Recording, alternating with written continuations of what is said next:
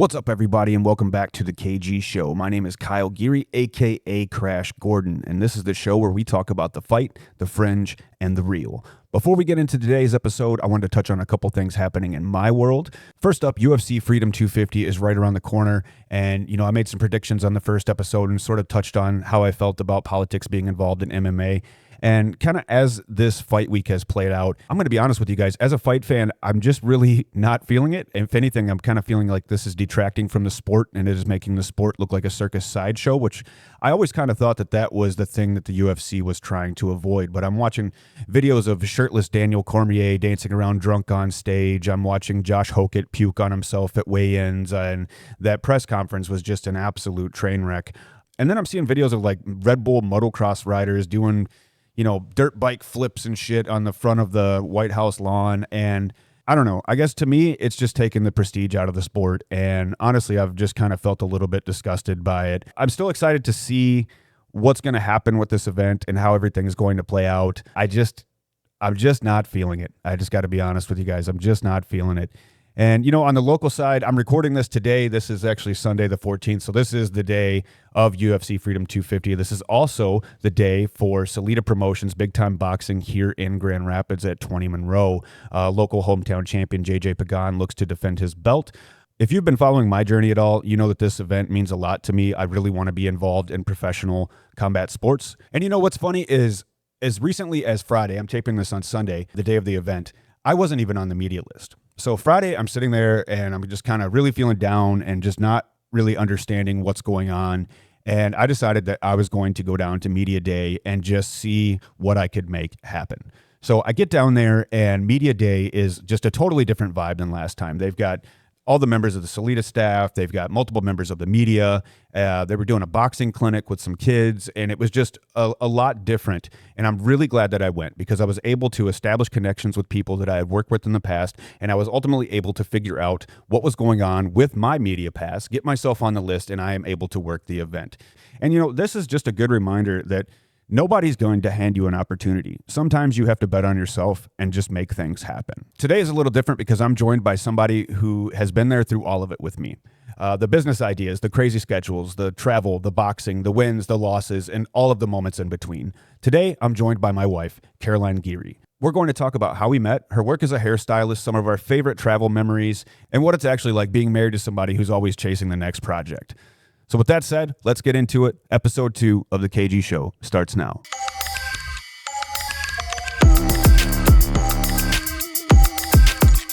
So, babe, here we are in the studio. Yeah. How do you feel about it? Seems like a lot. It seems like a lot? Yeah. What do you mean? There's a lot of lights, a lot of stuff. Yeah.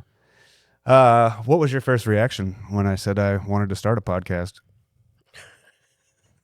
Okay, that's not fair. You're putting me on the spot. Yeah? Yeah. Am I? Yes. Well, come on. Let's hear it. I can't remember. You can't remember? I think I just brushed it off because you come at me with a lot of stuff all the time. I do. Yeah. That's kind of how I roll. Yep. So I think I was like, all right, we'll see where that seed goes. Well, here we are. We're sitting in this studio. Obviously, I'm still figuring out a lot of this stuff and how it's going to work. Mm-hmm. But yeah, I wanted to have you in and as my first guest. Flattered. Because you're the most special. Oh, thank you, babe.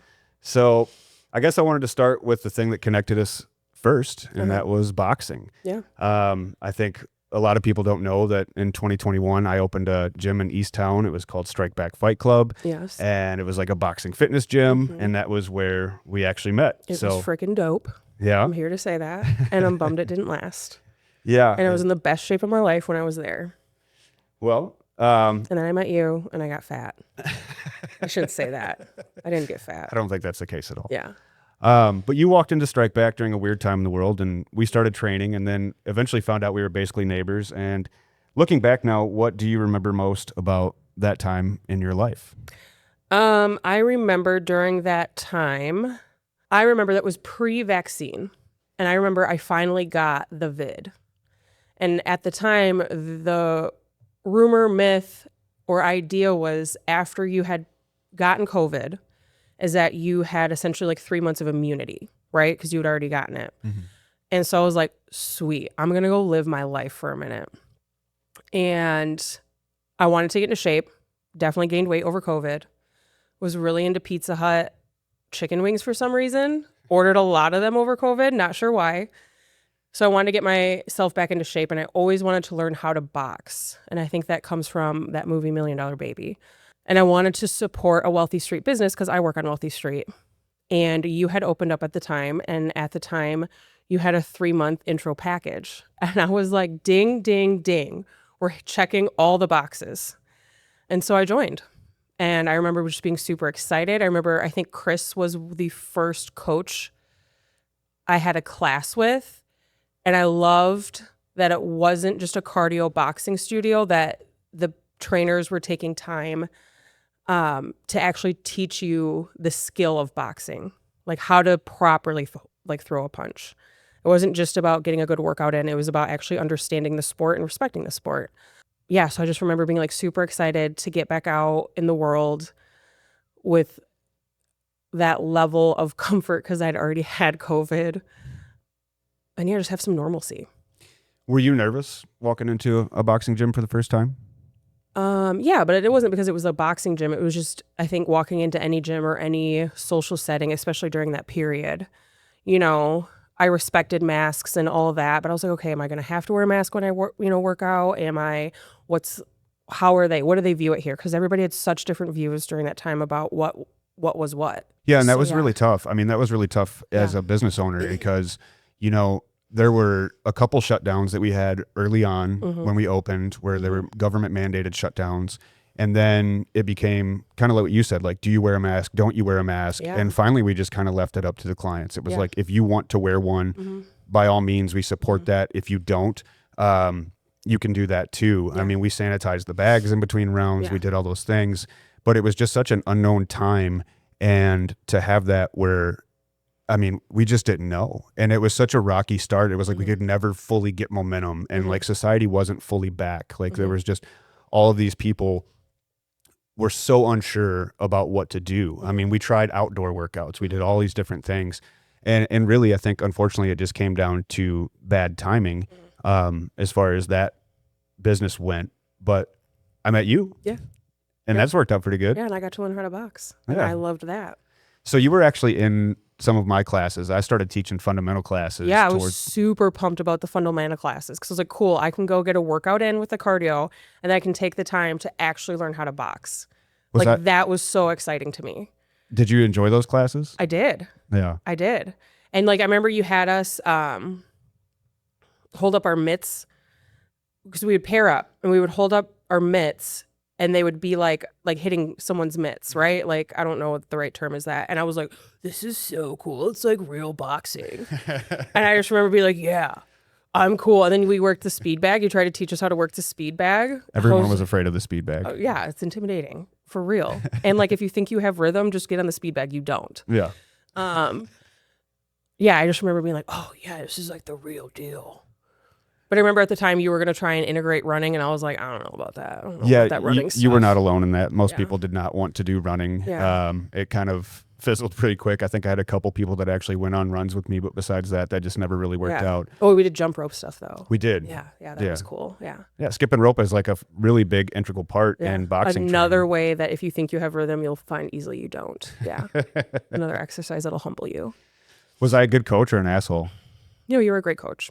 Yeah, you really were. I think you were patient, you were informative, and I could tell that you took time to actually think about what would build a boxer, right? Like the fundamentals, truly. And yeah, so that was great because there's just things if you watch the sport, there's so much going on and you don't realize the little things. It's not just about the punch, it's about your footwork, it's about your rhythm, right? And I feel like you really did put thought into that. Absolutely. Well, thanks. Joe, I don't know if you remember Joe. He actually coached there for a little bit. Recently made a comment on Instagram where he was like, I've had a lot of boxing coaches, and he kind of did the finger point towards me, kind of signifying that he had a lot of respect for the coaching that I did. And I guess I just don't think about that a lot, I just love this sport. Yeah. And I was just trying to teach people something that I'm passionate about. And yeah, it was very kind of took me back a little bit where I was just like, oh, wow, that people would kind of think that about me. Yeah, I can't say I recall Joe. I want to say it. I'm more of a faces person though. So Yeah. wait, was he highlighted as like a member of the month? Because you did that for a hot minute. No, he actually was a coach towards the end. Oh wait, was he the Fall Out Boy coach? Yes. Okay, yeah, I remember him now. Yeah, I Yeah. remember him. Yeah, his classes were always amped, but I was like, bro, I'm not getting down with Fall Out Boy when I box. I'm good. I'm gonna pass on that. For sure. Yeah. So, do you remember finding out that we were like basically neighbors? I think I initiated that because I was on a run and you were cleaning out something at Oaklawn and My garage. I was cleaning up No, I was cleaning a lot of things at my house. yeah. So I Had a slid whole into them ass dumpster. DMs on Instagram. I was Yeah. like, yo, what's up? Yeah, I thought we started talking prior to that, and then we found out we were neighbors. Yeah, I can't really recall how that happened. Yeah. I know I was on a run and I saw you like cleaning something out. So I Yeah. sent you a message and I was like, dude, did you know like we live literally right around the corner from each other? Yeah, and I was like, small world. Yeah. It was pretty neat. Yeah, it was very neat. When do you think you realized that this might turn into something more than like a coach-client relationship? Well, I don't really feel like we ever had like a coach-client relationship because I took a lot of classes there. So I never viewed it as that. I remember we were talking for a long time via Instagram. And I was kind of like, all right, bro, are you going to like ask for my number? Like, what are we doing here? I can't keep tracking my Instagram. Yeah. And then you had a really slick line of like, hey, here's my number, instead of me keeping sliding in your DMs or something. I was like, all right, that was smooth. That was smooth. And then we texted for a while. I didn't always see you at the gym though, because you weren't always there when I was taking classes, except for the class that you coached. So yeah, I remember we texted for a while and then I got a little impatient. I'm like, okay, bro, we're neighbors. Are we going to go get a drink or not? Like, come on, let's go, dude. And then you did finally said, hey, did you want to grab a drink or something? And it was the week of my birthday. And I was going out for my birthday because I was like a single mom and a sole parent. I didn't go out often. So I was like, hey, I'm actually going to be out this weekend if you want to join me. I don't know if at any point I thought it would be more. I definitely was getting inklings. I can't say there was like a point. Does that answer your question? Yeah, I think so. Yeah, definitely after our first date, I was like, all right, this is legit. This is legit. This is going to be something. That was a good night. I mean, we went to the Frisian, which is where we ended up having our wedding reception. Yeah. And we've done anniversaries there. And obviously we're pretty regular there. So shout out to Craig. Yeah. Craig and Chef Bob. Yeah, Chef Bob's the shit. I like him a lot. Yes. So we're coming up on 5 years of being together and 2 years of marriage. Obviously, I think we've been through a lot together and the landscape of our lives has changed a lot in that time. What do you think the hardest thing is that we've gone through together? I know there's so many. Yeah, like my surgery, that's definitely up there. Yeah. I think what was harder though was my dad's passing and his illness. Yeah. Yeah, because that was just so out of left field and obviously just a very, at least with my surgery, like there was some control we had, right? When your close family member is ill and, they're going to be passing, there's a lot less control that you have. Yeah. So I would say it was probably that and then the grief and all that. What do you think the hardest thing we went through is? Yeah, I think both of those are definitely up there. I think definitely with your surgery, finishing the basement and moving you guys in prior because I wanted to make sure that you had like a stable place to recover. And we hadn't really decided we were going to live together. Yeah, it was just kind of like we were doing what we had to do. And I think we were just dealing with like the hand that was dealt to us. Yeah. Like I'll never forget after your doctor's appointment and like they thought that it could be cancer. And like, do you remember like we went to that Chinese restaurant? Yeah. And we just sat outside and like we're just like, I think I was in shock. Like literally, I think I was in shock. Yeah. And I was just, the world seemed just like, I don't know. Yeah, you hear that C word, right? And everything kind of like comes to a stop. Yeah. Right? That's how it felt. Yeah, like I've had like chronic health issues was not anything new to me, but the C word definitely is different. Yeah. Right? Yeah. Yeah, I think so for sure. But thankfully it wasn't. Yeah. And we've moved on and we made it through it. And we've made it through a lot of things in a relatively short period of time. Very short period of time. Yeah. Yes. But I think that that's kind of a testament to our relationship being the real deal. And commitment, right? Yeah. What do you think keeps us working? I think we're both stubborn.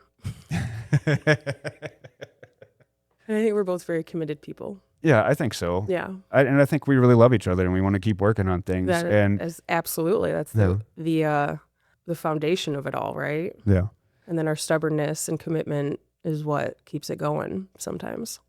I think it's been hard for me to realize how difficult marriage actually can be. Yes. It's constant work. Yeah, man. If I have to keep communicating small things. And like for us, I know for me, I was alone for so long, and not like alone, but I lived alone. I raised my child alone. I did everything alone. Yeah. So the fact of bringing my thoughts outward is like seriously untraveled territory. Yeah. Right? That has been hard because I think we're both like hyper independent people. Yes, absolutely. And like having that all the time can sometimes be a lot. And finding that balance, and I think too, trying to map out what our marriage is like versus maybe what the perception is. Yeah. Does that make sense? Yeah, for sure. Yeah. And I think, like recently I took that solo trip and I was really hesitant because obviously I have a lot of anxiety about things. And I was like, I don't know, hemming and hawing whether or not I was going to go.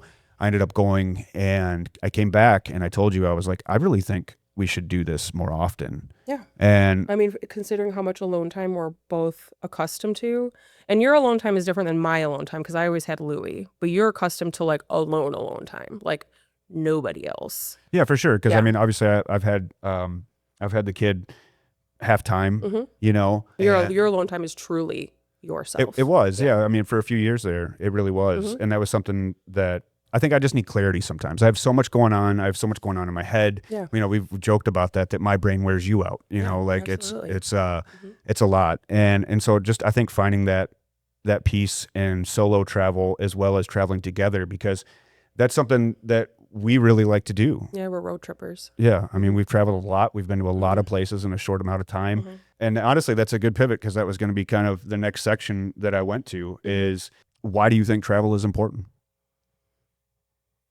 To us or just in general? I guess in general, yeah, to you. I think it's exploring roles outside of your daily life in environments that are unknown, and not just unknown, but different. In West Michigan, you have a very specific environment here. And I think exploring environments outside of that, outside of your day-to-day role as an employee, a mother, dog owner, or whatever, is very important for self-exploration and just a respect for other cultures and other people, and being able to see life outside of your image and perception. Yeah. I think that's why it's important. I've always enjoyed the fact that it feels like, when we can leave our like day-to-day lives behind. I feel like we're two very different people when we're on the road together. Absolutely, yeah, because we're leaving all that responsibility and like those roles, right? Those roles that keep our day-to-day going, right? That keeps our family going, our home going, our future, right? We kind of leave those roles behind, and I guess in some sense, you're your true self, right? It's some level of true freedom. Yeah. What is something that you've learned about yourself through traveling? I am not a vacationer. I'm definitely a traveler. I want to experience and do. I want to go. I want to rest too, but rest is in the going to me, right? I'm a doer. Like I want to get out into the environment, into the community that I'm traveling to. And that's really important to me, is to experience the people, the places. I'm not really a resort, sit on the beach. I would never be okay with that. I can do that for a day or two, and I think that serves its purpose, but I'm definitely like a traveler, not like a vacationer. I think that's what I've learned. Yeah, that makes sense. I did a resort one time. It was for a friend's wedding. Yeah. And I just remember thinking, like, when we actually got into the towns in Mexico, I was like, oh, this is where I want to be. And that's kind of changed the face of how I like to travel. And obviously we travel. Yeah. We don't really, I could care less about all-inclusive. Yeah. That's not where I want to be. Serve its purpose. Like sometimes I'm like, yeah, it might be nice. But then I feel like I'm going to get there and be kind of like, well, I just spent money on this. Yeah. Like I could have spent, this is what I chose to spend my money on. Yeah. For sure. What's your favorite trip that we've taken together? Costa Rica for sure. Costa I know Rica? that wasn't just like us. I know that was my whole family, but just being there was, I don't know. It was, I don't know if I know the word for it. Yeah. Yeah. Definitely awoke in my soul. I would like a redo on that trip. Yes. Obviously, I had a lot of issues. You had a different kind of trip, and it's comedic. Yeah, it is. It's Yeah. ridiculous because, I got that gum infection and finding a dentist in Costa Rica. On the that second was, floor of a grocery yeah, store. second floor of a grocery Come on. store. And it was Yeah. just riding a scooter with like the worst mouth pain I've ever had in my life Yeah. through like 2 towns over. And I wiped out on the scooter. yeah. It was still a good trip though. That's the thing that like I thought was important is like I obviously have a tendency sometimes to focus on the negative things, and I still feel like I came away from that trip feeling positive about it. And we've been talking about planning the next go there. Yeah, I only want to go to Costa Rica now. For sure. So work stuff. We got to talk about that a little bit. Okay. Obviously, you have been a hairstylist at the Jeffrey Richards Salon here in Grand Rapids for I think it's 11 years. Yeah, going on 12 next year in January. Yeah. And then if Louis is 16, that means I've been doing hair for 17 years. Yeah, it's wild to say. So recently, there was a change of ownership Yes. at the salon. Chris and Patrick took over the salon. I think they're doing a really good job. Obviously, I've been working with them behind the scenes, doing some of this stuff as they continue to kind of grow the brand. Yeah, phenomenal. But I have to ask, do you miss Jeffrey? Absolutely. His presence was a presence. He was the man, the myth, the legend. There was something about his energy that is unexplainable and was always uplifting. He definitely set the example. When he would step on the floor to help us out or just to do his guests once in a while, it was always a reminder of how it should be done. And what the vision is and how to carry yourself, right? However, I'm equally as happy that he is gone. He's put in his time, and I'm so happy to hear that he's retiring. Like, that's such a gift, especially in our industry, to be able to retire. And then I think it's such a beautiful story that it's transitioned into Patrick and Krisha, Chris has been there and Patrick have been there for 20 years now. Chris has been a stylist there. Her and her husband have been together for about that time. And like, what a beautiful way to carry on Jeffrey's legacy through them. And they're killing it. For sure. I agree. I think they're doing a really good job, and they focused on... And I love just how they're bringing Jeffrey into the founder role. Like, it's super cool. Yeah. What is the most misunderstood part of being a stylist? Oh boy, that is that's a big question. And I'm not going to be able to answer it all. The most misunderstood part of being a stylist, that it's easy. That it's just easy, fun, flamboyant work. That is the biggest myth. I actually have a quote I'm going to look up that I often refer to. I think we're also very undervalued in community. So John Steinbeck, he has a famous quote about hairdressers. And this is what I often refer to as when I talk about what does it mean to be a hairdresser. The hairdresser is, in my considered opinion, that the hairdresser is the most influential person in any community. When the public goes to a hairdresser, something happens to them. They feel safe, they feel relaxed. The hairdresser knows what their skin is like under the makeup. They know their age. They don't have to keep up any kind of pretense. People tell a hairdresser things they wouldn't dare confess to a priest, and they are open about matters they try to conceal from a doctor. When people place their secret lives in the hairdresser's hands, the hairdresser gains an authority few other people attain.